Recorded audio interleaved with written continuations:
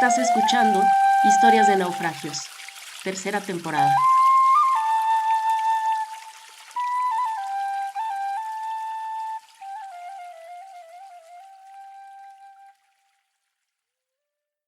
¿Qué tal, querida audiencia, queridas compañeras, compañeros, cómo están? Bienvenidos a esta nueva temporada, tercera temporada ya de Historias de Naufragios, que, híjole, nos emociona mucho, la verdad. Ha sido complejo sostener este espacio, estas tres temporadas, pero la verdad nos alegra mucho estar de vuelta, estar por acá. Vieron que tampoco estuvimos desconectados, ¿no? O sea, tampoco es que al no grabar nos olvidáramos de ustedes. Todo lo contrario, Carlos estuvo escribiendo, ¿no? Reflexionando, tratando de compartir temas que pensamos que podrían interesarles, pero estamos de vuelta ahora un poquito ya entradito el año. Yo creo que sí, por lo menos hablo por mí. A mí me parece que este 2026 empezó con todo y ya no sé cómo llegamos a marzo.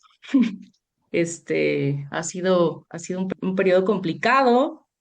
Justo por eso también nos animamos ya a retomar la conversación, justo porque también somos historiadores y estamos leyendo el panorama, estamos atentos a lo que está ocurriendo.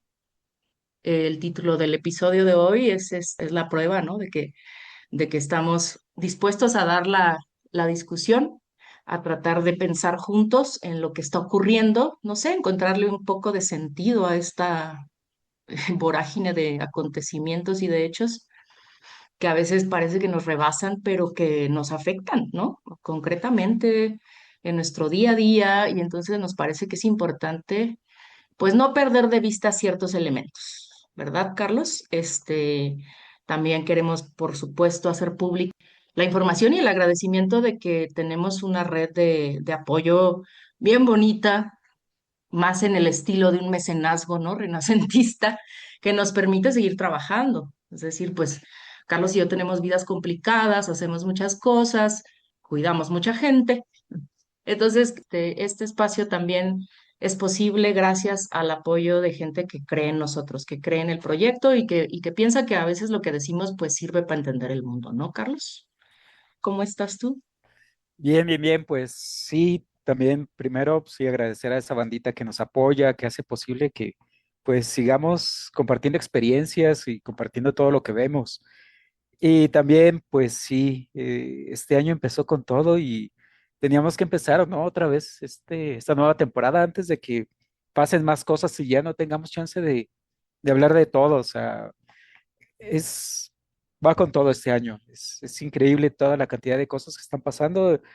Creo que lo platicábamos un poco, ¿no? Recordando al querido Gianni Bátimo, que decía que él quería morirse antes de que todo esto reventara y parece que ya está reventando todo eso que que creo que mucha gente lo veía, ¿no? Mucha banda, cuando todavía algunos estaban como festejando, alegres de que pues, a lo mejor había un giro a la izquierda en el mundo, en Latinoamérica, y decíamos, no, algo no está bien aquí, algo. Y no, efectivamente algo no estaba bien. Entonces, ahora volteamos y con esa mirada de banda que se dedica a la historia, pues vemos que sí habían como, le pueden llamar sesgo de confirmación, pero veíamos que había señales, ¿no? El otro día platicábamos un poco o me comentabas, ¿no? Que ibas a ver esta peli de Alfonso Cuarón, Hijos de los Hombres. Creo que hay señales ahí, hay señales en Bátimo, ahí lo comentábamos, lo decíamos, lo platicábamos mucho hace tiempo. Algo se está moviendo y ya ahorita simplemente nos toca decir que efectivamente ya hay algo que se movió y estamos en un momento muy complicado. Creo que, eh, parafraseando a los Simpson, creo que es momento de estar asustados. Sí, estamos todos en alerta, aunque no queramos reconocerlo, ¿no? Yo creo que una de las cosas que hemos aprendido tú y yo con estas investigaciones recientes que hemos leído, ¿no? En campo de neurociencias, ciencias cognitivas, investigaciones sobre sistema nervioso, ¿no? Que tienes tiempo tú también, revisando con detenimiento, hemos entendido que parece que estamos instalados en un estado de supervivencia que nuestro sistema nervioso no está preparado para sostener, para alojar, es decir, está provocando unas consecuencias sumamente pervasivas, para usar un término que le gustaba a Brownstein, ¿no? Que tienen un efecto brutal, ¿no? Deleterio, que aunque uno intente hacer estos ejercicios de mindfulness o prácticas de afirmación positiva, pues termina, ¿no? Tu cuerpo avisándote que pues, estás en peligro, ¿sí? Sí, sí, estás en alerta. O sea, todo tu sistema nervioso está en alerta, ¿no? Estás con tu amígdala trabajando al 1000 por hora, ¿no? Tus suprarrenales, el cortisol a tope, ¿no? O sea, no es casual que estemos también viviendo, pues sí, muchos síntomas, porque nuestro cuerpo no está preparado para este ritmo de vida moderna, ¿no? El bombardeo de desinformación, que lamentablemente es más desinformación lo que vemos acá en Occidente, ¿no? Más manipulación mediática, ¿no? Estamos habitando este ecosistema en el que rigen los mecanismos de la posverdad. Es muy difícil, ¿no? Colocarte cuando estás bombardeado por un montón de datos falsos, noticias falsas, deep fakes, ¿no? O sea, videos falsos, inteligencias artificiales. Es decir, es un momento sumamente complejo. Creo que sí es inédito en la historia, ¿no, Carlos? Es inédito. O sea, nunca el ser humano había estado sometido a este tipo de estímulo.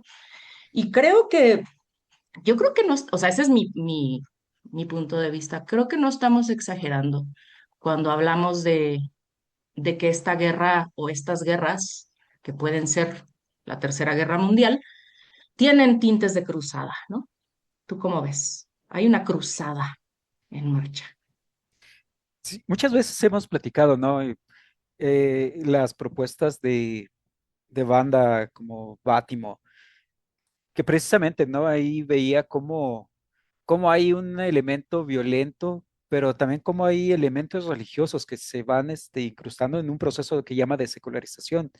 Entonces ahí es una discusión bien interesante, cómo, cómo hay una serie de términos, de conceptos, de disposiciones que se van colando por ahí eh, en las prácticas y en las formas políticas. Yo creo que una de las cosas que deberíamos de plantear de inmediato es que a lo mejor le suena a algunas personas un poco brusco, pero hay que considerar que la Biblia es un texto político, mucho más que un texto religioso, un texto que orienta la moral. Entonces, si empezamos a considerar toda la estructura religiosa, cómo se va conformando, cuál es el proceso de secularización que describe Bátimo, cómo se va reestructurando esa fe y cómo se va mezclando incluso con el mismo esquema o con la misma historia del capitalismo, ¿no? Hay la banda que se dedica a estos estudios, por ejemplo, de sociología, pues recordar a las tesis de Max Weber, ¿no? De cómo eh, en la ética protestante y el espíritu del capitalismo describe, ¿no? Como una cierta orientación del protestantismo sirve para la racionalización del propio capitalismo, cómo integra, cómo va mezclando ciertas maneras de comportarse, ciertas maneras de acceder, de generar una especie de ética.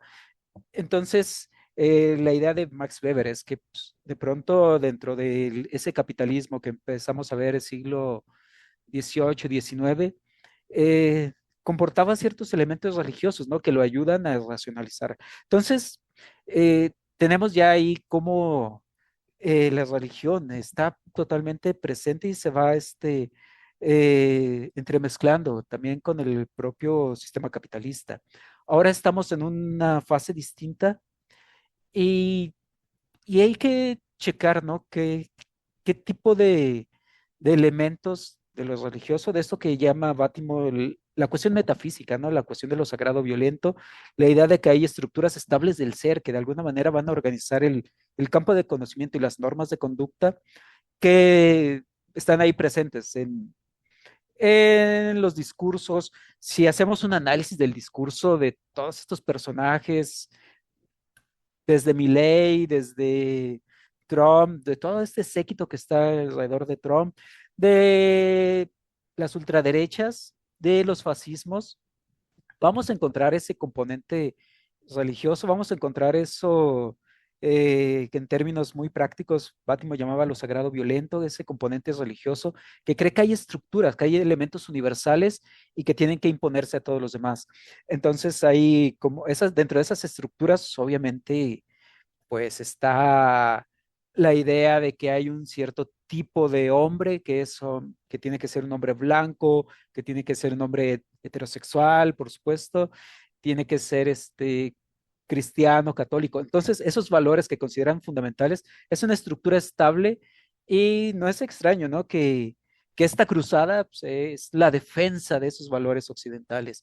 Entonces, algo en lo que están coincidiendo estas extrema derechas es la idea de que hay que defender esos valores, esas estructuras metafísicas, sobre todo cuando viene la amenaza de esos otros. La banda que sí ha tenido chance de leer un poquillo las notas, van a checar algunas cosas que estuvimos compartiendo sobre el asco, porque creo que es un tema muy, muy, muy importante, el campo de las emociones y la manera también como hay toda una cuestión emocional ahí en esta cruzada fundamentalista. Y bueno, checando también, es muy interesante algunas cosas que han dicho y creo que vale la pena irlas comentando a lo largo de este episodio.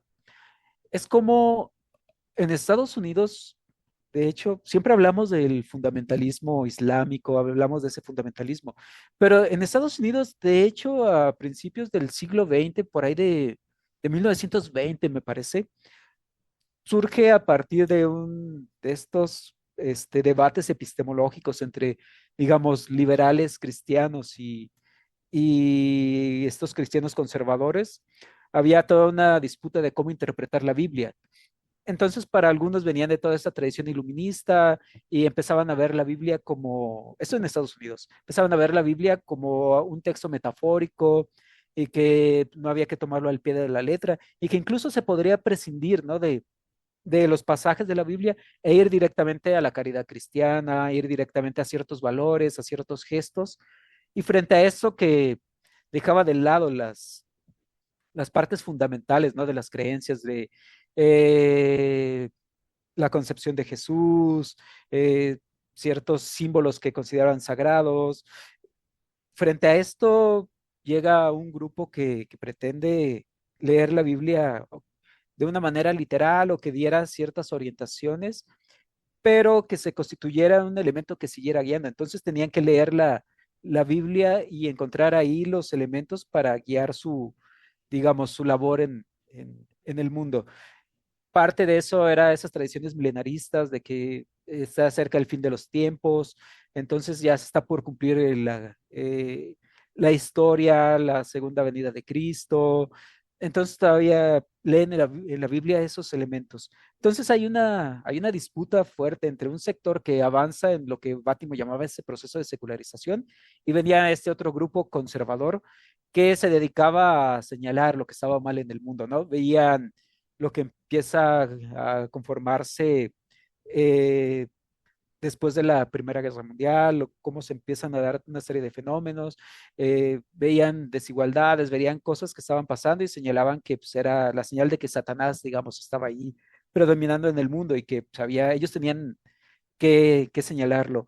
Ahí, ahí hay un millonario tejano que hace este proyecto de editar una serie de libros que le llaman los libros de los fundamentos o este, del fundamento, más o menos. Una serie de varios, son varios tomos, y de hecho ahí surge ese fundamentalismo gringo, ese fundamentalismo en Estados Unidos, de una lectura rajatabla de la Biblia que tiene que imponer los valores de la Biblia, donde los sujetos tienen que este, actuar de acuerdo a esos principios que está señalando la Biblia. Entonces hay un fundamentalismo cristiano en Estados Unidos que entra en un debate muy fuerte sobre todo cuando vienen las teorías evolucionistas en las escuelas. Ahí hay esa historia es súper interesante y ahí hay un conflicto, digamos, epistemológico entre estos sectores cristianos liberales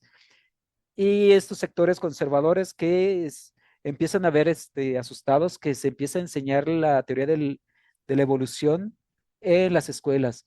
En las escuelas obviamente es un punto y muy importante de adoctrinamiento. Entonces ahí, en ese debate, los fundamentalistas, digamos, quedan un poco exhibidos en su ignorancia, ¿no? Obviamente la cuestión de la teoría de la evolución tiene mucho que ver con la temporalidad. Entonces es un punto igual lo podemos ir platicando más, pero digamos que durante muchos años quedan ahí un poco, este, perdidos, pero es hasta la década de los 70 cuando hay una serie de cuestiones que se van a mover. Venimos después de los movimientos de hippies, el movimiento del 68, cuando en Estados Unidos las leyes empiezan a ser más laxas y se empiezan a aprobar leyes para proteger a las mujeres, mayores leyes de protección a comunidades LGBT más, eh, una serie eh, de teorías liberales, digamos. Es ese movimiento del 68 y todas las implicaciones que tiene en los siguientes años, lo que genera nuevamente una especie de, digamos, el miedo genera una especie de frontera y hace que se vuelva otra vez a rearticular estos movimientos. Y viene un fenómeno adicional, ¿no? Que había ciertos sectores en Estados Unidos, esta franja religiosa que no había intervenido, rural en Estados Unidos, que no había intervenido mucho en todos los, digamos, proyectos o polémicas religiosas entre conservadores y liberales, pero de pronto también por la misma urbanización, por una misma las situaciones que la imposición de en el campo de la educación, en las escuelas, teorías evolucionistas, prohibir que se leyera la Biblia en las escuelas, una serie de disposiciones que sentían como una amenaza a su forma de vida. Entonces también sectores ricos, de estas zonas rurales de Estados Unidos, súper conservadoras, también le entran y a partir de los 70 se empieza a articular nuevamente este movimiento fundamentalista con lo que se le empieza a conocer como la nueva derecha cristiana. Pero la diferencia señalan algunos autores es que ya no buscan tanto señalar que hay algo malo en el mundo, sino que van a empezar a construir un proyecto para acceder a los niveles de gobierno y desde el gobierno tomar decisiones e impulsar su agenda. Tenemos entonces que desde los 70, más de 50 años, con un proyecto que ha ido avanzando paso a paso, dice George Lakoff, que en el proceso todos estos grupos cristianos que tienen sus propios intereses y sus propias agendas han logrado ir tejiendo ciertas, eh, sobrellevando sus diferencias para construir una agenda común. De pronto, cada una puede tener una visión distinta, pero al final del día pues, pueden organizarse, tienen sus propias reuniones, han construido esos, ¿cómo se llaman? Tanques de ideas, no me acuerdo laboratorios de ideas. Desde esos laboratorios de ideas pueden financiar publicaciones, van financiando reuniones en Latinoamérica, hay toda una especie de, digamos, de cruzada. Eh, Saben cómo llegar a los países latinoamericanos, cómo incrustarse dentro de las estructuras que el catolicismo ha ido dejando. Y además, nuevamente te digo, la particularidad de esta derecha cristiana en Estados Unidos es que, a diferencia de la que vimos a principios del siglo XX, es que desde los 70 están convencidas de que pueden llegar al poder y ya desde el poder avanzar en su agenda. Entonces, esa es la dimensión de lo que estamos viendo. No sé qué te parece esa Sí, imagen de Donald Trump con todos estos pastores cristianos en la oficina oval. sí, ¿no? Lo que estuvo circulando bueno, yo vi, digamos, en un tono más crítico, es este copy que decía, bueno, y critican a la República Islámica, ¿no? Por teocrática y fundamentalista, pero míralos a ellos. No, sí, es brutal lo que está sucediendo. De hecho, yo me he dedicado desde, tú sabes, desde hace más de 6 años, por lo menos en 2020 publicamos tú y yo un texto que era una especie de diagnóstico, ¿no? De balance, en donde ya estábamos detectando un poco estas tendencias. Es decir, pues creo que es bien interesante que siempre recordemos que los historiadores también podemos elaborar ciertas perspectivas, es decir, nuestro trabajo, nuestra tarea y nuestra responsabilidad es también mirar hacia el futuro, es decir, hacia lo que viene. El porvenir también está en nuestras responsabilidades, ¿no? Pensar en lo que podemos llegar a construir y en lo que de hecho estamos construyendo, pues, muy a nuestro pesar a veces. Y habíamos hecho esta lectura desde hace tiempo, pero creo que ahora tiene mucha más vigencia que antes, ¿no? O sea, creo que desafortunadamente el tiempo nos ha estado dando la razón, o sea, indicando que estábamos en lo cierto. Y bueno, o sea, yo he venido siguiendo a políticos, por ejemplo, aquí en Michoacán, ¿no? Que tengo fotos de personajes que tienen fotos con Verástegui, ¿no? Que tienen fotos con, pues sí, estos personajes, pues que encarnan esa agenda fundamentalista, ¿no? Imperialista, yanqui, que sin empacho alguno, Carlos, están hablando de la doctrina Monroe actualmente, decir, de una actualización de la doctrina Monroe que desde el siglo XIX ya propone que América es para los americanos, ¿no? Que es para ellos, para los estadounidenses, para los gringos. La traducción más literal de think tank es tanques, ¿no? Son tanques Antes. de pensamiento más que laboratorios.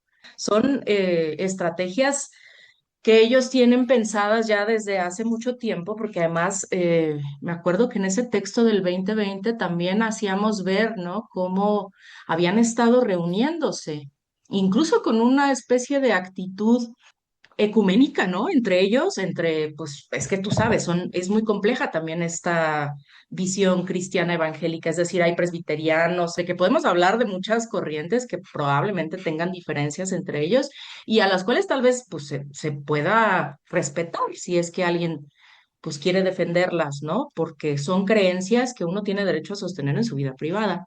El problema es cuando eso se trata de imponer a modo de programa político.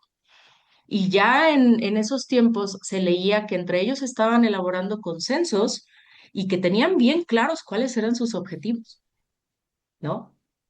Lo vimos en Estados Unidos, ¿no? De un plumazo se borraron 50 años de derechos para las mujeres, ¿no? Porque pues lograron los números, no sé, en las cámaras.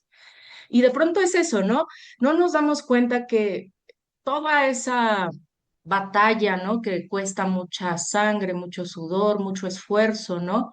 Entre sectores populares, cuando esa gente llega a ponerse de acuerdo tras bambalinas, pues pueden ser simplemente borradas del mapa, ¿no? De un plumazo. O sea, así.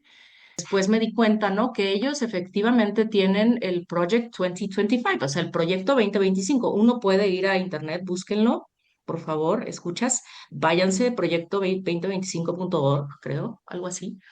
Tienen un programa que intenta pues conseguir simpatizantes y sobre todo jóvenes, Carlos, apuntan, tú también lo habías señalado ya hace 6 años, están apuntando a un sector específico de la población, a gente entre los 18 y 25 años, es decir, a este sector de la población que por lo menos en México sí creo que es mayoritaria, ¿no? Y que claro, estaban intentando encontrar simpatizantes porque ellos sabían que tenían un programa para poder formar líderes, ¿no? En este término tan empresarial que les gusta tanto, líderes jóvenes, ¿no? Que fueran capaces de asumir puestos en el campo de, pues, cada estado. Eran tan arrogantes que decían que eran capaces de transformar cualquier gobierno en 3 meses y hacer lo que virara, ¿no? A la ultraderecha. Es decir, así de organizados, así de articulados, estaban desde hace más de 10 años. Entonces, ahora, pues tuvimos este evento que es muy significativo, ¿no? Esta reunión son creo que 11 países de Sí, Latinoamérica, pues, ujú. de los que por supuesto están excluidos México, Brasil, ¿no? Cuba, ¿no? Pero tuvieron una reunión en donde ya no están escondiendo que lo que tienen en mente es una auténtica cruzada, Carlos. Es decir, el Departamento de Guerra, ¿no? de Estados Unidos tiene como secretario a un tipo que parece sacado de una película, ¿no? De Tom Cruise. y que sin ningún tipo de vergüenza, ¿no? Está declarando, pues, que todas las naciones representadas en esta sala, estoy citando, son descendientes de la civilización occidental. Nuestras naciones están y siempre estarán unidas por nuestra herencia, nuestra historia y nuestra geografía en este mundo. Compartimos intereses y enfrentamos una prueba esencial, ¿no? Si nuestras naciones serán y seguirán siendo naciones occidentales, cristianas bajo Dios, orgullosas de nuestra herencia compartida, con fronteras fuertes, ¿no? Pueblos prósperos, gobernados no por la violencia y el caos, sino por la ley, el orden y el sentido común. O sea, están diciendo prácticamente que están en una cruzada. Naciones cristianas bajo Dios, con el comando este tipo, Peter Hegseth, y otro que se apellida, creo que Willis, que es, ¿no?, sumamente racista, que también es sionista incluso, que creo que está de acuerdo en esta idea que le plantearon a Netanyahu en algún momento, ¿no? Piensan que los mexicanos somos a los estadounidenses lo que los palestinos son a los israelíes. Y luego te das cuenta que en estos meses, ¿no? Sucede esto, que aprisionan al Mencho, que después se supone que lo matan, que se muere, que hay respuesta, ¿no? De estos cárteles de la droga, sobre todo el de cuatro letras, ¿no? Y ves los mapas, Carlos, o sea, ves los mapas y te das cuenta que es una intervención de la CIA, que es un paisaje que está dibujando la CIA en México en ese momento. Es decir, que ellos tienen un programa ya que implica y que incluye la intervención de este país y, y que va a llegar incluso a, pues no sabemos si Colombia, ¿no? Pero probablemente sí, porque tienen muchas bases militares ya metidas ahí desde siempre. Pero bueno, que están apuntando por defender, digamos, el continente americano como su territorio, como su espacio vital, como algo que es suyo y les pertenece, ¿no? Por derecho divino, ¿no? Sí. Ah, sí, ahí mencionas un montón de cosas. Colombia era el otro país que quedó excluido. Eh, México, Brasil y Colombia, o sea, las economías más grandes, más fuertes de Latinoamérica, los tres juntos concentran la mayor parte de la población y simplemente convocó a sus lacayos, ¿no? Estos personajes que serían pintorescos si no estuviéramos hablando de algo tan grave, ¿no? O sea, un tipo como Milei ahí con todas sus cosas. Eh, y sí, ahí nuevamente es que la cuestión de hablar de los valores de Occidente es esa visión religiosa. Pero también tiene una explicación, me parece. O sea, no es una explicación fácil, porque tienes que tomar en cuenta toda una serie de elementos ahí que han estado ahí sumándose a lo largo de estos años. Y a lo mejor ahí lo que podemos decir es que si hay una lectura, si hay un trabajo de estar leyendo esta parte de la realidad. Siempre he creído y cada vez estoy más convencido de que si hay que leer a la banda de derecha, a lo mejor no replicar y no amplificar su discurso, pero sí hay que saber qué es lo que están diciendo, qué es lo que están viendo, porque hay una manera de estructurar su discurso que hace que lleguen directamente a estos sectores que se están sintiendo cada vez más solos, inciertos. Hay que tomar en cuenta el momento que estamos viviendo. Venimos de una serie de, digamos, de logros en el campo de derechos LGBTs, derechos de la mujer, una serie de, de situaciones que de pronto pueden provocar cierto escozor en las personas religiosas, pero lo van dejando pasar, ¿no? Vas conviviendo con eso, ves las encuestas y dicen, no, pues estamos, el 50% de la población está a favor de matrimonios igualitarios. Un gran porcentaje apoya la cuestión del aborto. pero luego le vas empezando a sumar cosas. Hay un discurso que de pronto un sector joven no sabe dónde colocarse, le da miedo hablar, le da miedo decir algo que pueda ser, sonar equivocado. La cuestión eh, de ser funado, de ser exhibido en redes sociales, hace que de pronto hay un sector de la población que se empieza a retraer, les da miedo actuar, les da miedo hacer cosas. Hay toda una serie de ideas que empezaron a circular en los campos académicos, que se empezaron a propagar, y de pronto ya hay un sector que no sabía cómo colocarse. Surge toda esta cuestión, ¿no? Paradójicamente, en vez de generar todo este discurso académico que se va filtrando, en lugar de generar como eh, una mayor integración entre distintos sectores, empezó a provocar una especie de repliegue, de miedo, de odio. Tenemos ya fenómenos bien complejos, estos de la machósfera, tenemos una serie de chavitos resentidos que no saben ya cómo colocarse en el mundo, ni frente a su erotismo, ni frente a sus emociones. Eh, la explosión de esta tecnología que hace que perdamos el contacto con los demás. Tenemos la incertidumbre del sistema capitalista, un sistema nervioso colapsado. O sea, simplemente hay que tomar en cuenta qué es lo que te provoca un sistema nervioso colapsado. No puedes construir proyectos a largo plazo. Entonces hay una dimensión del futuro que también se ve ahí atrofiada.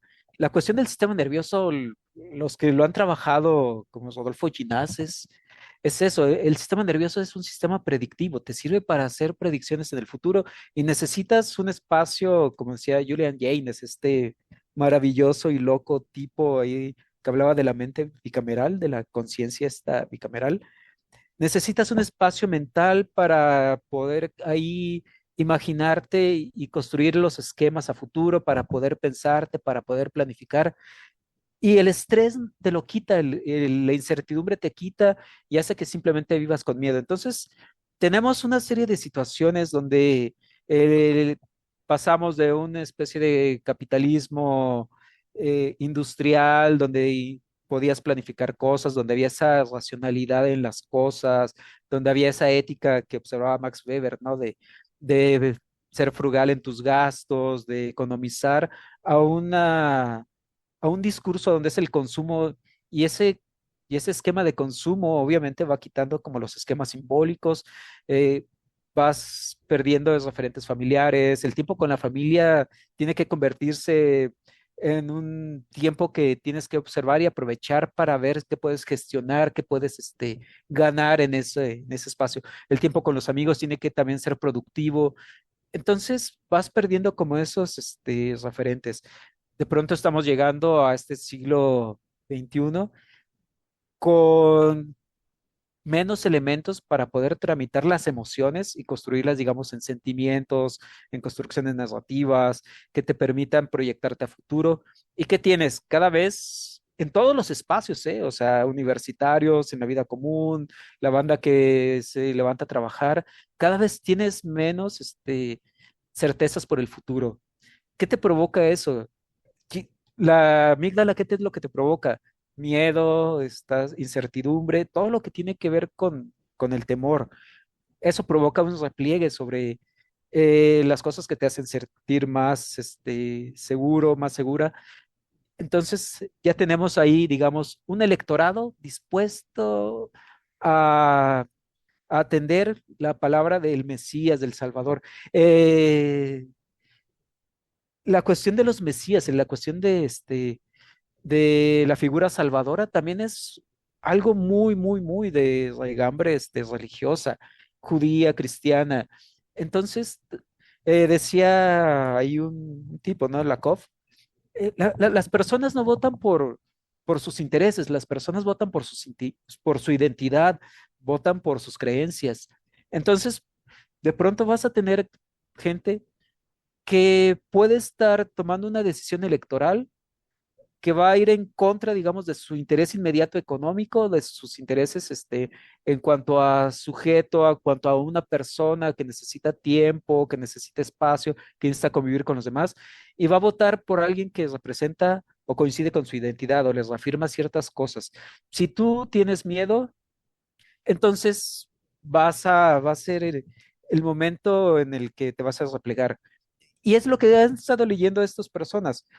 Detecta en los discursos de estos tipos eh, cómo pueden colocar ciertas frases, ciertas formas que van a, digamos, a catalizar el miedo, pero también una emoción que a mí me ha interesado mucho, que es el asco. El asco es una emoción que es fundamental en los discursos. Lo pongo de ejemplo en una de las notas, ¿no? Cuando igual no haces alusión directamente al asco, pero hay una serie de términos y de familia semántica que te vas a remitir a eso. Cuando alguien habla, digamos, de la familia tradicional, cuando alguien habla de ese núcleo familiar que es natural, avalado por Dios, entonces lo que está haciendo de referencia es que hay otras estructuras que son antinaturales. Y cuando se hace alusión a lo que es antinatural, ya se está invocando a una serie de emociones que van a causar repulsión.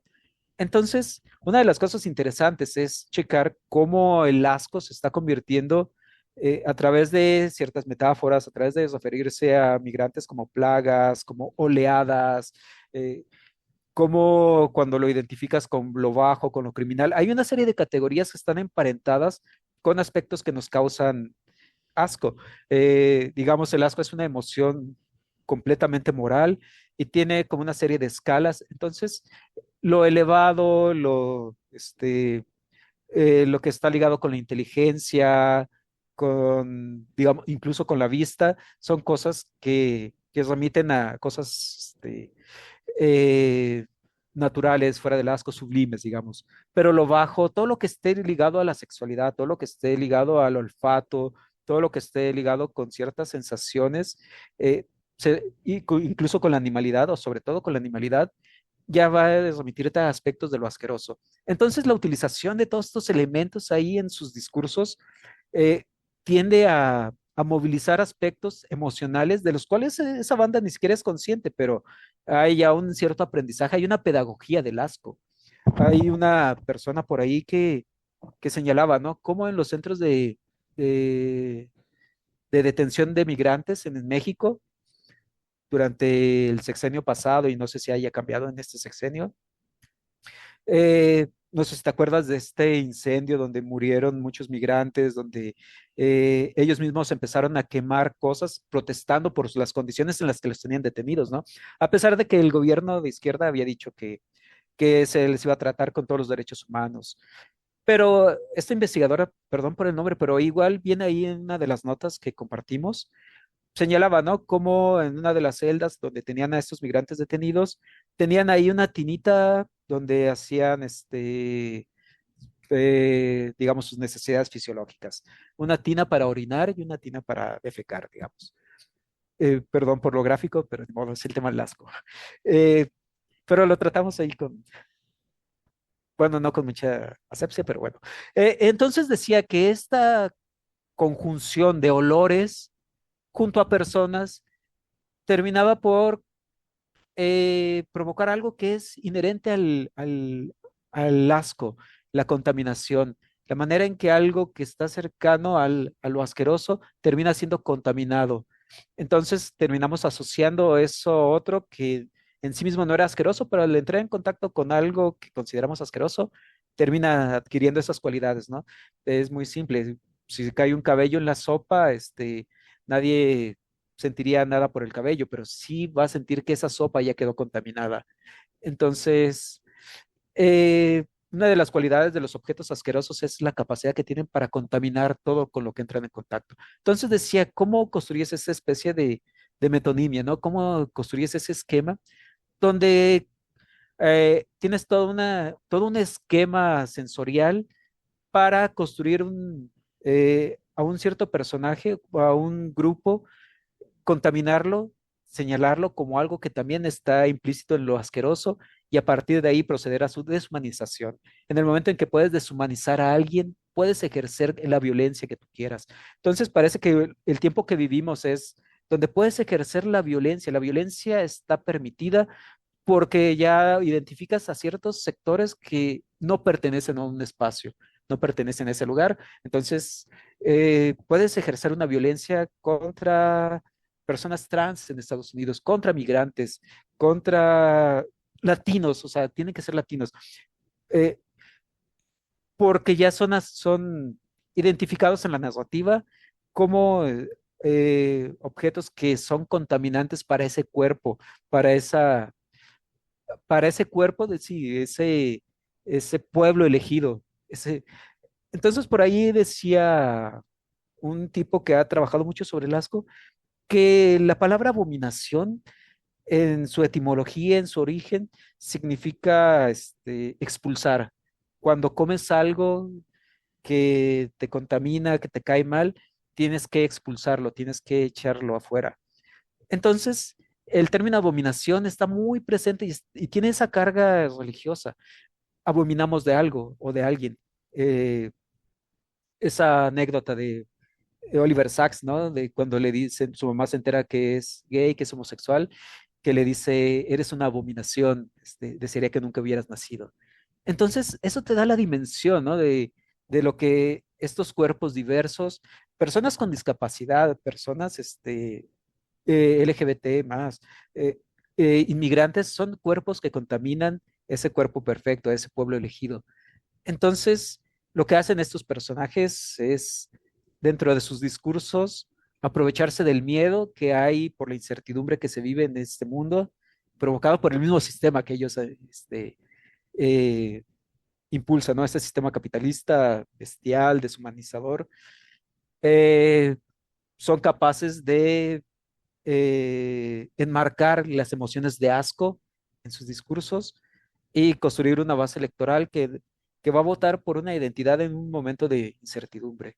Entonces, ese es el gran problema, creo que yo veo de pronto. Estamos demasiado metidos en discursos y no sabemos cómo salir de esto, no sabemos cómo...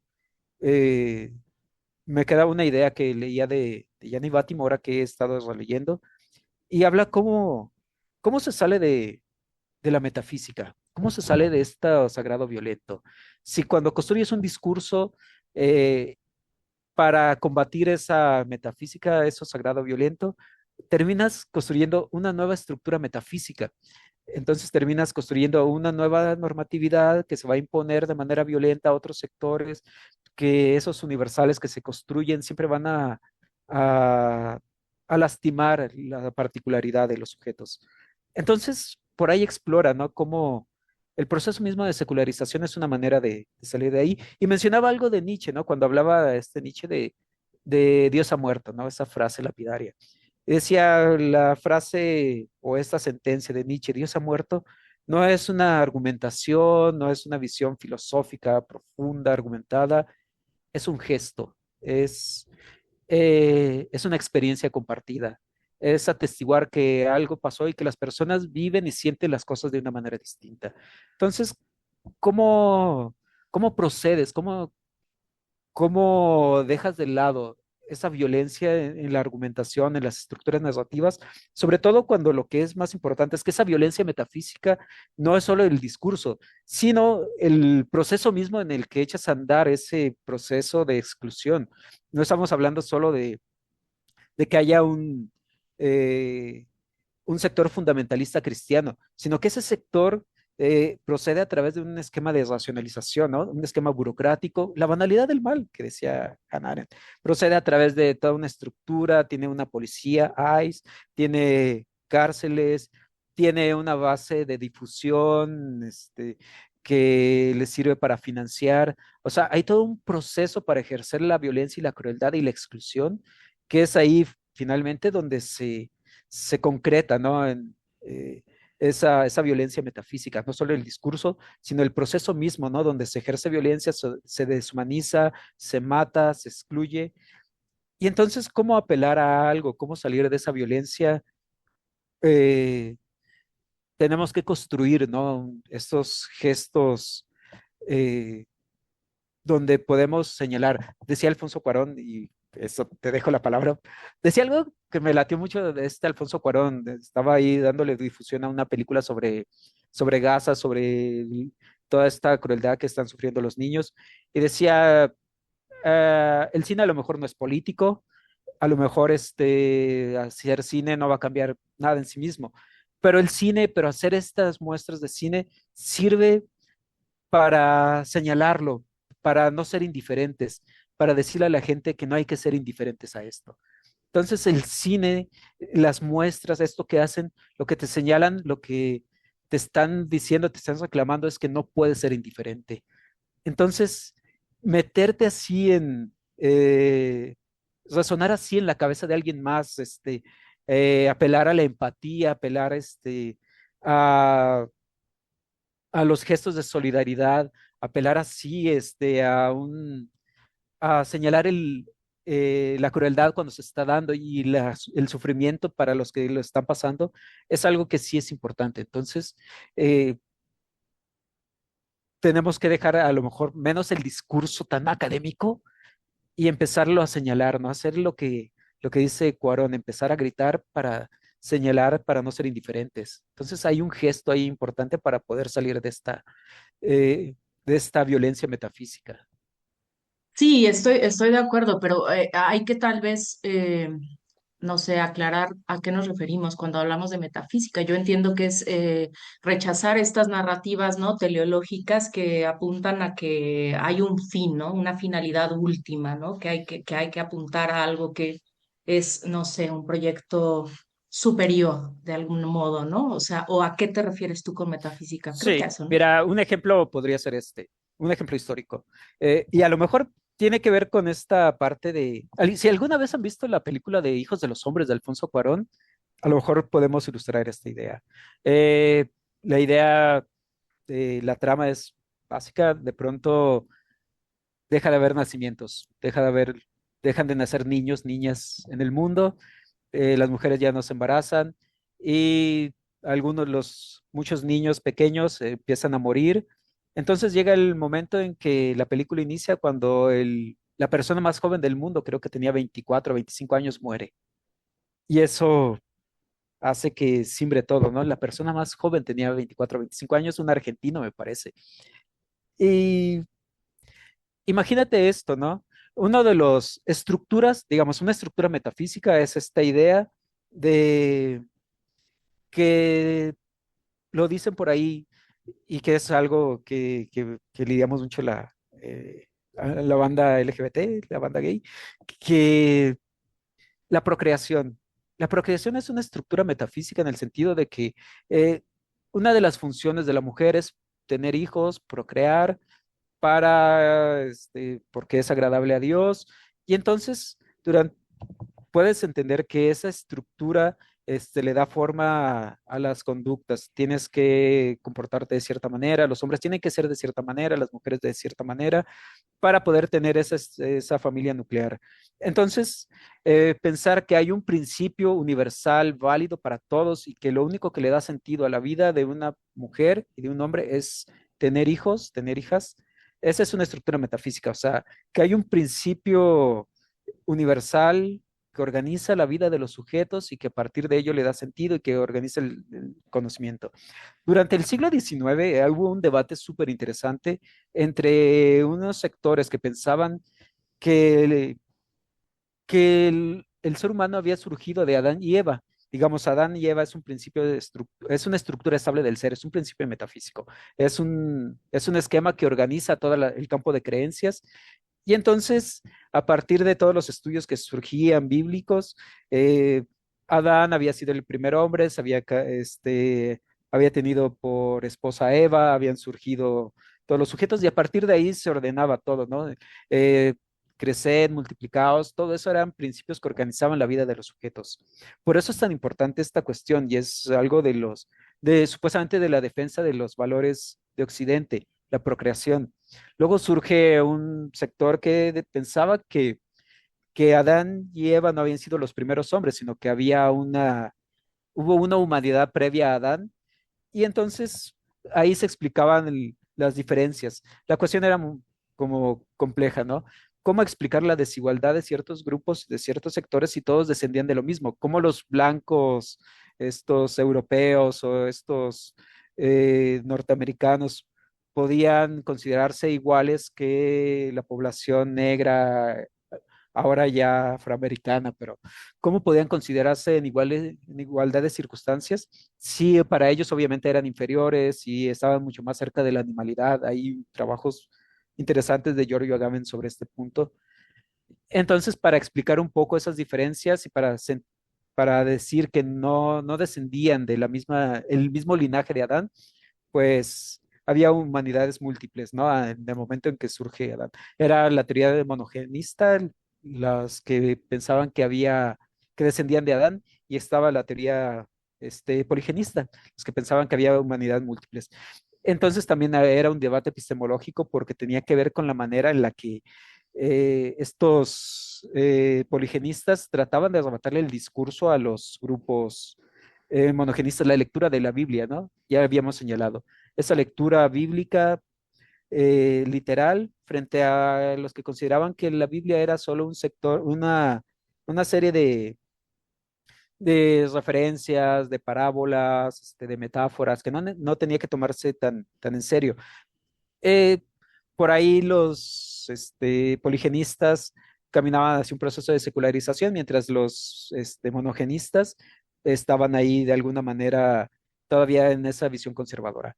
Pero ahí hablamos de estructuras metafísicas en el sentido de que tú piensas que Adán y Eva fue el elemento fundamental y toda la humanidad se tiene que regir bajo los principios que están en la Biblia. Entonces hablamos de que hay estructuras estables del ser y que esas estructuras estables van a organizar todo el campo de conocimiento y van a organizar los patrones de conducta.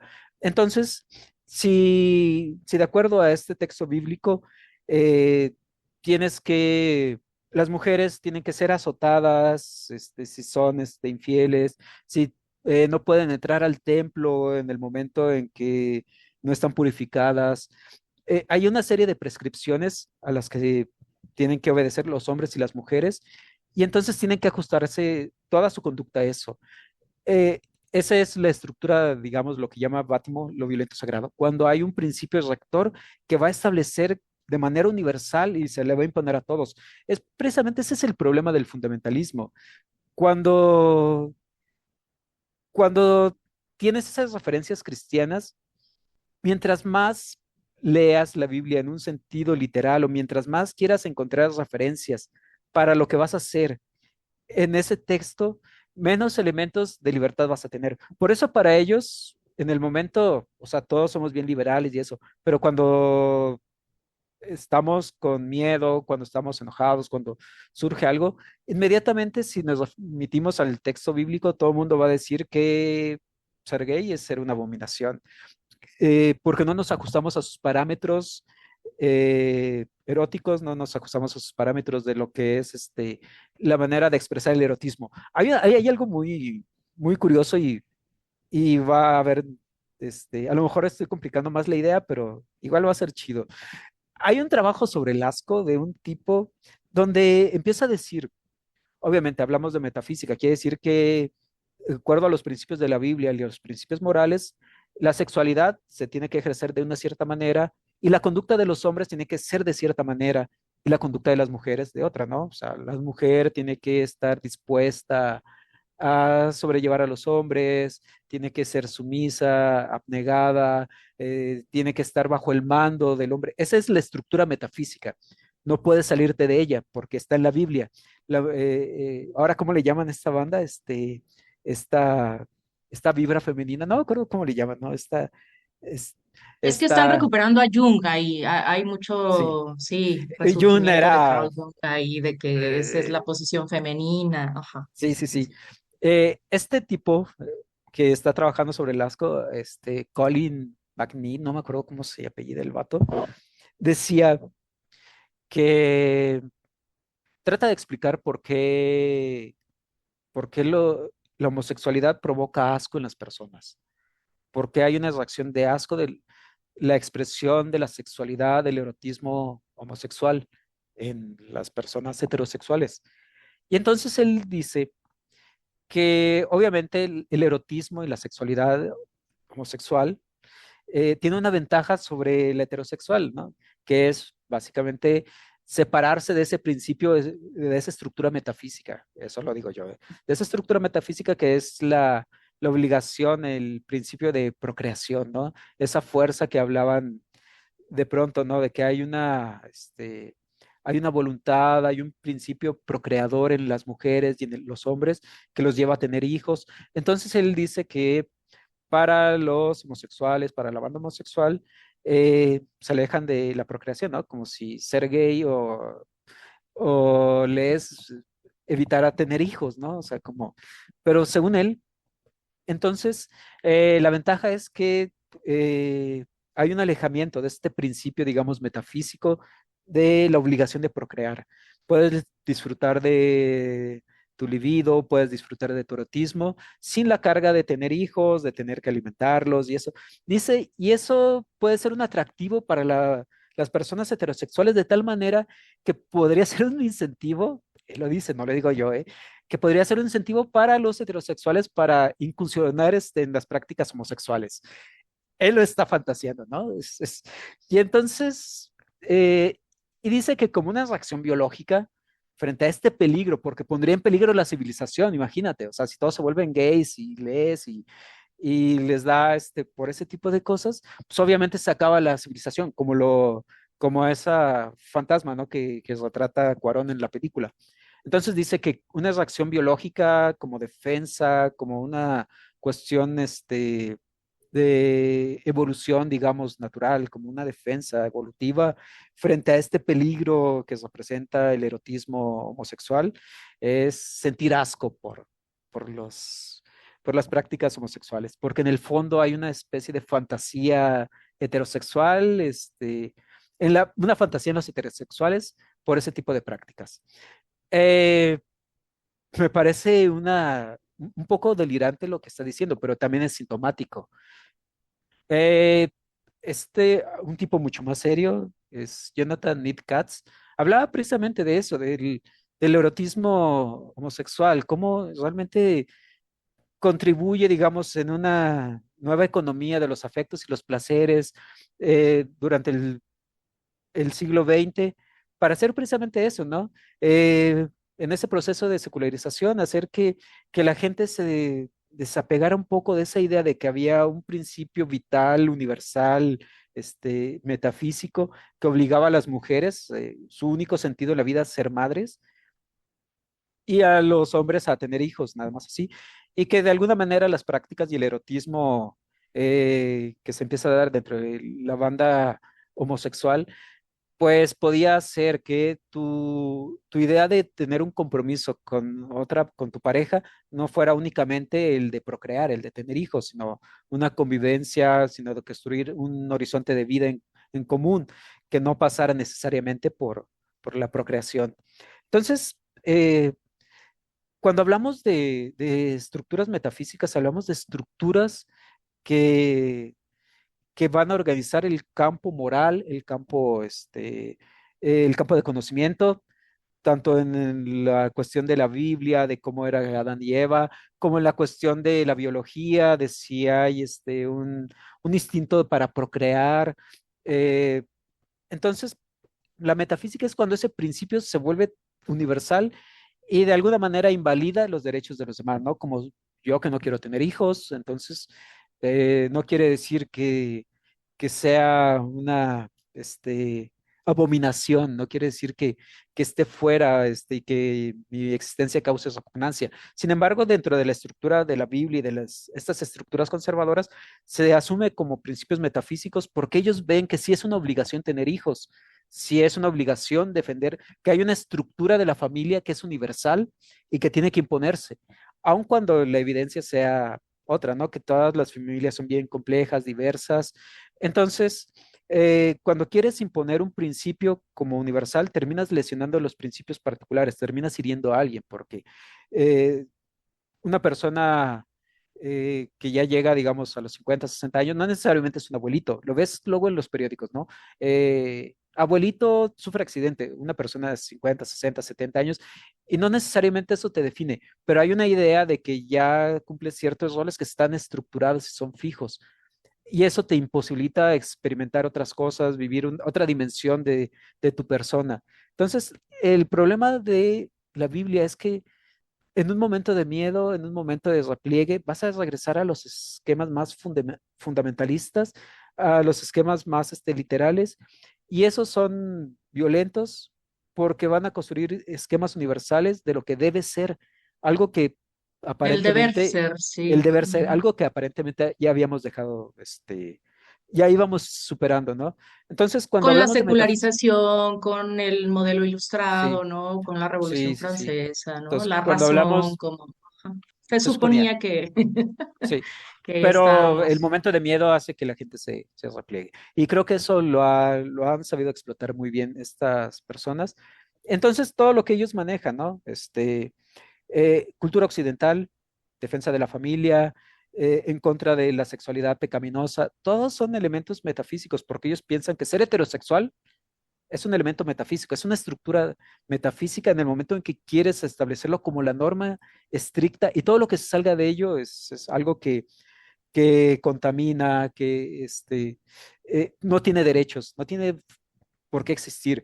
Entonces, es cuando hablamos de estructuras metafísicas, cuando hablamos de, de que piensas que tu forma de ser es universal, única, válida, y todo lo demás no tiene cabida. Y es violenta porque entonces lo estás viendo.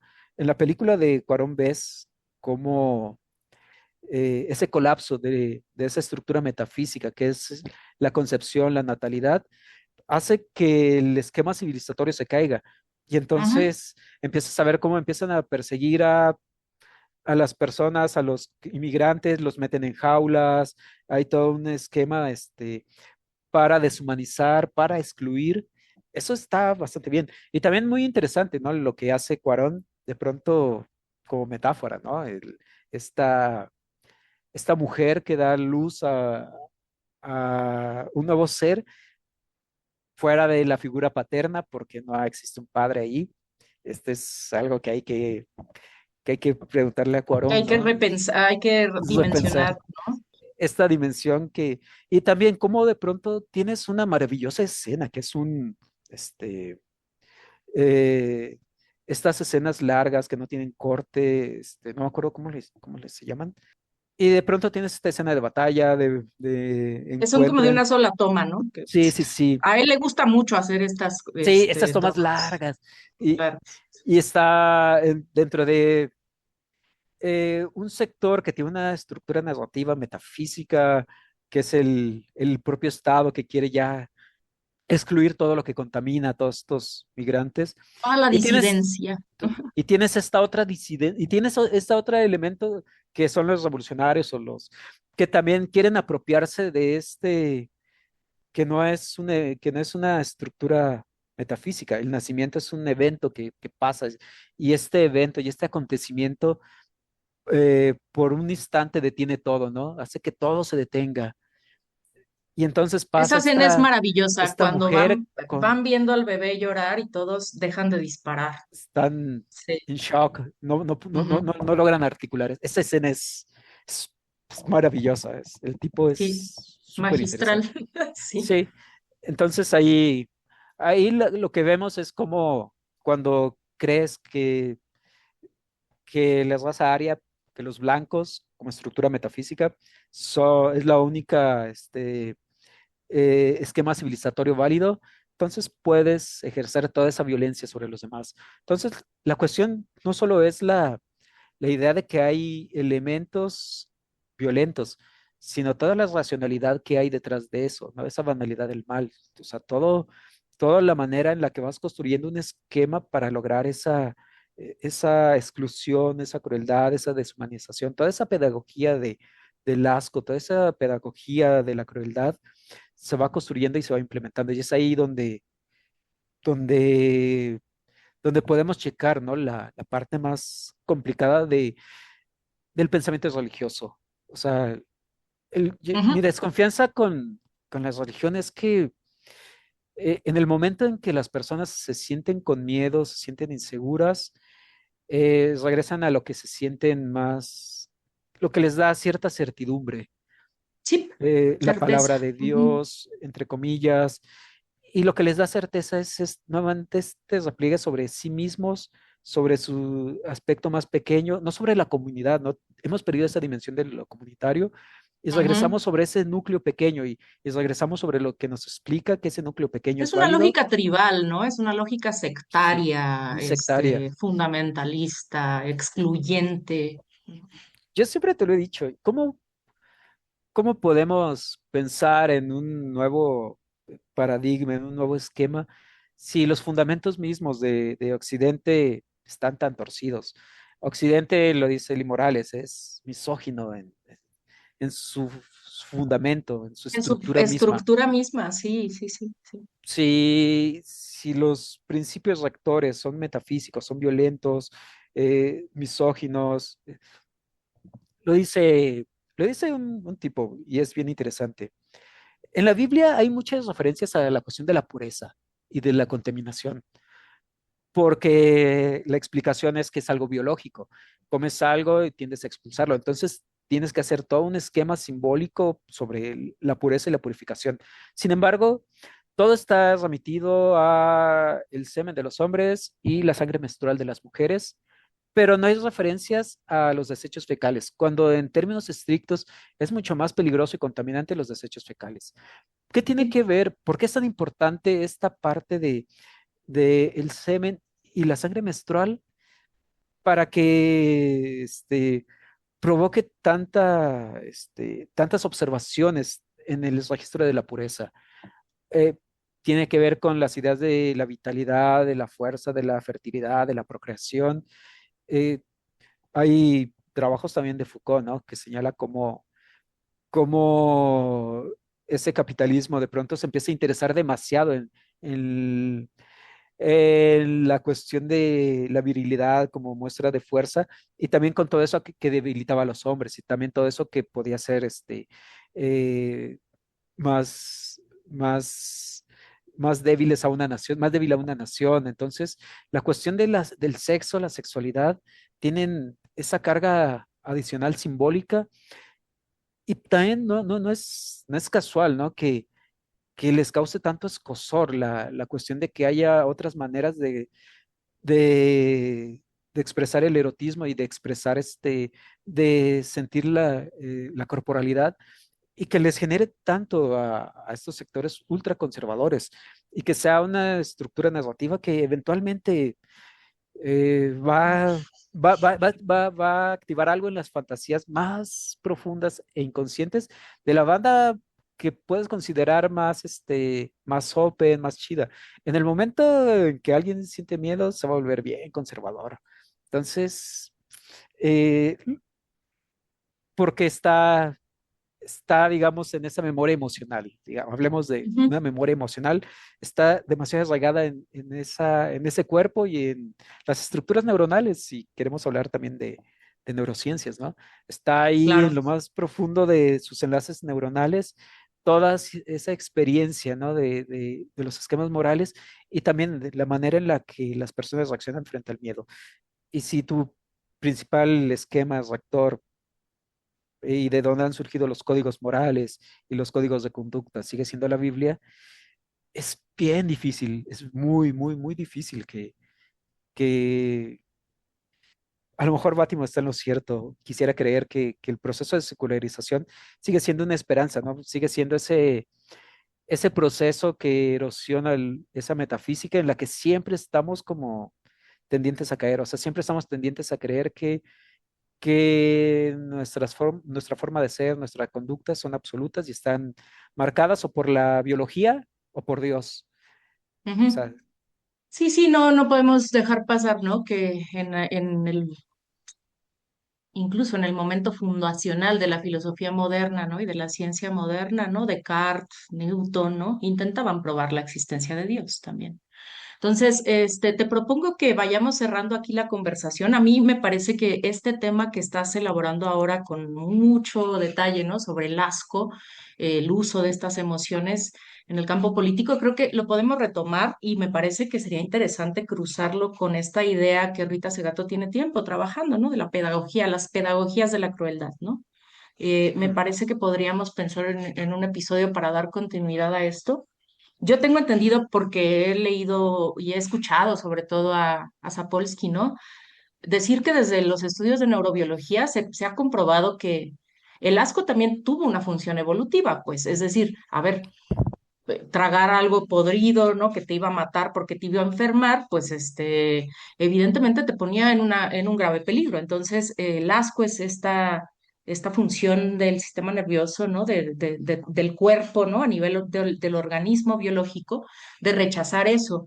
Pero entonces los estudios recientes de neuroimagen y demás muestran que se activan las mismas áreas cerebrales cuando sientes asco por una comida podrida que cuando escuchas a alguien que no sostiene la misma postura política que tú, ¿no? O en este caso, si ves a un inmigrante haitiano caminando por tu cuadra, o si te hablan del conflicto ahorita en Eurasia, ¿no? En Oriente Occidental, ¿no?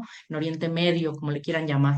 Es decir, cuando te hablan de que el régimen iraní es opresor de las mujeres, ¿no? Así simplemente, como que estamos entrando en esta tónica en la cual hay una narrativa simplificadora, ¿no? Hay un maniqueísmo absoluto, es decir, estamos entrando a una narrativa en la cual parece ser que esta es una batalla entre el bien y el mal.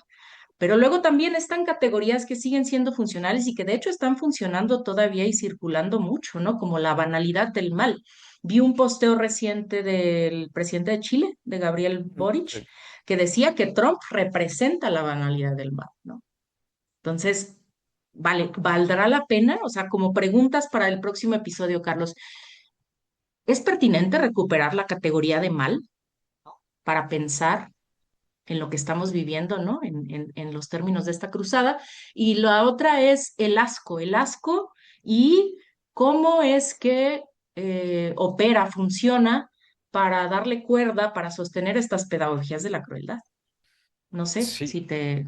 O sea, porque si la respondemos ahorita vamos a durar otra hora. sí, Y, sí, y lo que queremos ahora es ser más breves, querida audiencia, para que se queden con ganas de escucharnos. Pero bueno, sí, como sea, esas preguntas, Carlos, no sé qué te parecen. sí. Porque luego, espérame, también otra cosa que me faltaba señalar. O sea, no podemos aquí tampoco guardar silencio sobre lo que está en juego ahorita en Estados Unidos. Están a punto de una guerra civil también al interior, porque claro, los archivos de Epstein, es decir, eh, al mismo tiempo en el que se sostienen estas posturas fundamentalistas cristianas, ¿no? Aparentemente muy moralistas, estamos viendo una cantidad de evidencias de que esta gente, o sea, son unas sectas eh, de asesinos de niños, ¿no? De infanticidas, de pedófilos, es decir, es una verdadera brutalidad. Y de algún modo, me decía una amiga ayer o en estos días, ¿a quién le conviene que salga esta información en este momento? ¿No estarán, Carlos, yo es lo que pienso, no estarán tratando de sensibilizarnos, ¿no? De promover también una deshumanización y que finalmente, sí, o sea, nos parezca como, pues sí, esto ha sido siempre, ¿no? Trump en su último discurso, cuando dice, sí, van a ir tropas a pelear, pues, this is the way it is, ¿no? Es como es, esto es lo que es, así son las cosas, así han sido siempre. ¿No será también una estrategia comunicacional que esté tratando de desensibilizarnos, ¿no? De hacer que pues que sí quedemos indiferentes, ¿no? Como Cuarón dice, bueno, de lo que se trata es de no ser indiferente, pero a lo mejor con el bombardeo, pues también quedamos también completamente colapsados, ¿no? Desregulados del sistema nervioso y de pronto dices, bueno, ya no quiero saber. sí. Primero lo hemos mencionado un buen de veces, como, eh, como la infancia es la fantasía pedófila de estos grupos conservadores. Si tienen chance, échenle una escuchadilla a otros capítulos donde hemos hablado de esto, cómo hay una Sí, fantasía muy, muy, muy compleja sobre la infancia y es una fantasía pedófila. Y hay trabajos de psicoanalistas que son muy interesantes en ese sentido. No les interesa la niñez, no les interesan los niños, no les interesan las niñas en concreto.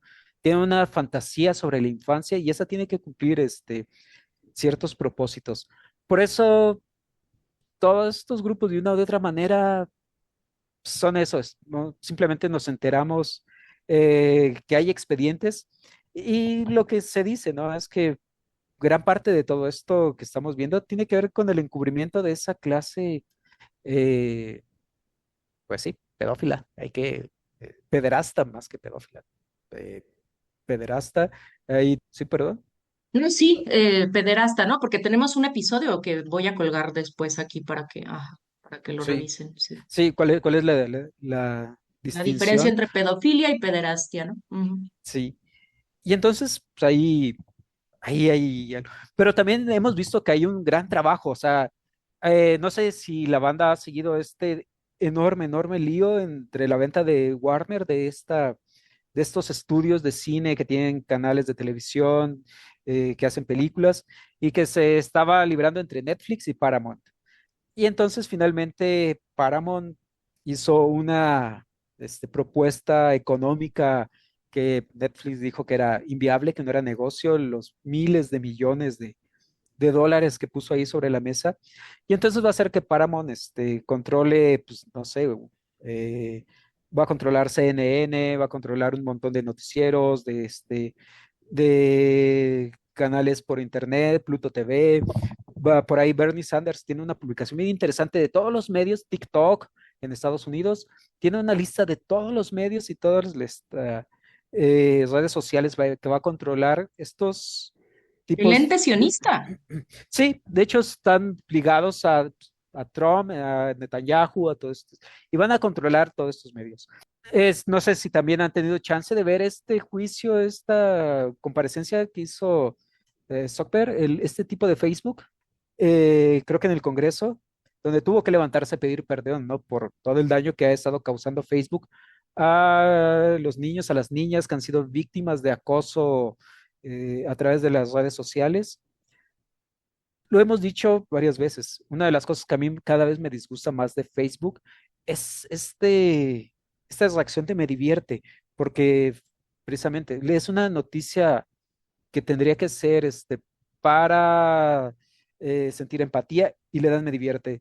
Ves que mataron a alguien de la comunidad LGBT, me divierte. Una persona trans, me divierte. Eh, hay una explosión donde murió gente pobre, me divierte. Entonces hay un ejercicio ya de la crueldad, hay una manera permisible, el sistema está permitiendo ejercer una crueldad, ¿no? Está permitido. Entonces, ya vamos caminando no solo hacia ser insensibles, de sensibilización, estamos caminando hacia una pedagogía, como dices, de la crueldad. Creo que ese es el punto más complicado.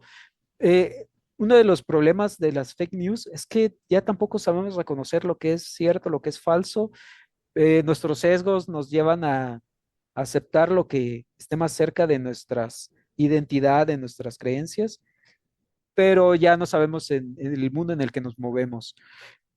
Entonces, como donde todavía creo que ya presidente saliente de Chile dice esto de Trump, es cuando él dice, ¿no? De que un submarino hundió un barco iraní donde iban cadetes, 120 cadetes, y Sí, dice, "Pues es que me sí. dijeron que era más divertido, ¿por qué no los rescatamos? Y nos quedamos con él. Ah, es que es más divertido hundirlo. Un barco donde iban cadetes y la gente le aplaude. Esa banalidad del mal, toda O sea, les ese divierte. discurso. Yo creo que ya no es, ya, perdón, pero yo creo que no es lo que Hannah Arendt apuntaba con esa categoría de banalidad del mal. Yo creo que sí son rasgos psicopáticos. Estamos ya en ese punto, ¿no? También Y es creo muy que Giorgio interesante. Agamben lo podemos retomar el próximo programa, pero creo que él Sí, advertía de esto hace años ya. O sea, de que sí sí, sí, estaba sí. detectando. Sí, sí, sí. Para no avanzar mucho lo del próximo programa, esa cuestión del asco es un proyecto que ya tenemos desde hace algunos años. Afortunadamente, pues también gracias a la banda que nos apoya, podemos como financiar eso. Entonces, eh, platicando con un amigo en común, Miguel Ángel Oswego, probablemente a finales de año tengamos por ahí un libro, a lo mejor físico, y pues también por ahí checar algunos ejemplares y compartir un poco esta investigación, pero de todos modos, partes avances de esta investigación han ido surgiendo también por las notas que compartimos. Entonces, si la banda quiere saber más o menos por dónde va caminando, pues escuchen los episodios, algo que vemos, lo que mencionabas sobre esta grupo pederasta que está ahí entronizado sobre sus fantasías, pero también un poco lo que hemos hablado también, animalización, asco, o sea, todo está ahí en las notas que hemos estado compartiendo. Así que, y es un proyecto ahí, pues nuestra también contribución, ¿no? Para seguir pensando desde este espacio de historias de naufragios. Así que, pues igual, próximo episodio hablamos de esta pedagogía del asco, esta pedagogía de la crueldad, todas estas pedagogías, ¿no? Que Y claro, seguimos, es decir, vamos a continuar con la reflexión que estamos planteando como inicio. eh, y sí, por favor, lean las notas, ¿no? Que por ahí también seguro vamos a estar retomando para esta tercera temporada, que Carlos escribió bastante en este descanso. Entonces, sí, el compromiso es seguir compartiendo con ustedes y por favor también eso, denos retroalimentación. Les recomiendo mucho también la nota de mi compañera Yasmín, que está en Revés Online, ¿no? Por ahí también la voy a subir para que la puedan acceder rápidamente, ¿no? Cuando Guillet habla desde el Pentágono, que está también leyendo este panorama, es decir, comparte de algún modo nuestro balance, lo que estamos exponiendo en este momento. Y nosotros podemos problematizar desde esto, ¿no? Desde el asco, desde estas investigaciones sobre el sistema nervioso. Creo ujú, que dan una pauta novedosa, ¿no? Creo que Carlos ha hecho ahí una aportación bien interesante. Y el asunto es no perdernos en esta vorágine, amigos, amigas, compañeras, compañeros, porque estamos viviendo un mundo, uy, bastante confuso, ¿no? Por este ecosistema de la posverdad, en la cual ya ni se sabe, ¿no? Qué información es verosímil o cuál es fabricada. Y también, pues sí, estamos muy vulnerables, muy vulnerables. Entonces, en medio de un naufragio civilizacional, literalmente, una- en medio de una cruzada, ¿no? De los sectores más oscuros, ¿no? Más oscuros, sin hablar tanto de mal, pero sí, eh, son bastante oscuros, ¿no? Con intereses muy perversos, de menos así se les puede catalogar. Entonces, pues eso, para que estemos atentos todos, nos escuchemos y podamos esto acompañarnos, pensar juntos y encontrar un poco de sentido en este desastre. Entonces, de momento creo que aquí podemos dejarle, Carlos. Banda, pues nos vemos en abril, o sea, ya estamos de vuelta. Por favor, síganos, muchas gracias por sus likes, sus comentarios. Pídanos también si les interesa que hablemos de algún tema en específico. Y bueno, pues un abrazote. películas o lo que quieran. Vean a Cuarón, Películas, vean esta de Cuarón, es muy buena, ¿eh? Sí, sí, sí. Sigan a Hijos del Cuarón. Hombre, Cuarón es véanla. el tipo, la mejor película de Alfonso Cuarón. Cada cosa que vemos de Cuarón decimos que es lo Es lo mejor. mismo. Es lo malo de ser bueno en Es lo que muy hace. bueno Cuarón, nos Sí, sí, representa sí. bien el señor. Sí, sí, Bueno, sí. un abrazo, gracias Carlos, y un abrazo a todos. Nos vemos en abril. Bonita noche.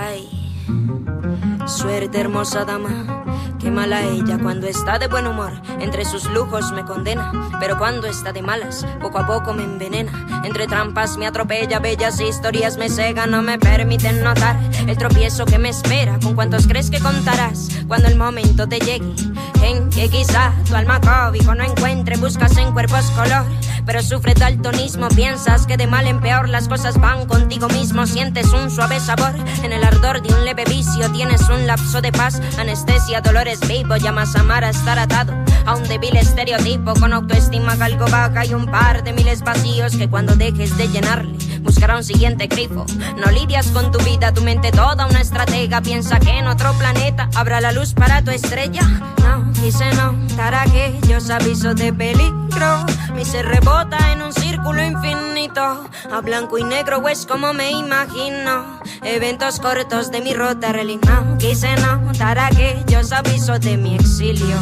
porque sabía que dañaba. Igual me boté al abismo y aunque sabía que perdería, tuve una guerra contra el mismo. Refugio que cubrió la lluvia de insultos nocivos. Pretendía seguir en la misma hasta que ese ser me dijo: dame la mano y no te sueltes, me llamo Soledad. No esperaba tu llegada, pero te ofrezco libertad. Otros efectos llegarán, agobiarán tu integridad. Cuando veas la realidad, allí estaré. A eso le llamaré lealtad. Vamos, prometo serte fiel en busca de felicidad. Solo promete ya dejar ese estado paranormal. No quise notar aquellos avisos de peligro. Mi ser rebota en un círculo infinito. A blanco y negro es como me imagino. Eventos cortos de mi rota religión. Quise notar aquellos avisos, ay Dios mío. Mi ser no se siente vivo, revisaré si tengo signos cuando logre escapar del cuarto donde habla mi eco. No me juzga, pero pide que le baje a mi alter ego. Cometí errores, lo percibo, pero aún así no he comprendido. Me estoy perdiendo en el olvido, o soy yo quien no ha entendido. Las palabras son prestadas, hoy aprenderás a usarlas. Escoge las que quieras, hay sencillas y granadas. Disfruta mientras puedas, mañana vendrán engallada. Depende cómo la usaste, es una simple jugada. Es una simple jugada. No quise notar aquellos avisos de peligro. Mi ser rebota en un círculo infinito. A blanco y negro es como me imagino. Eventos cortos de mi rota realidad.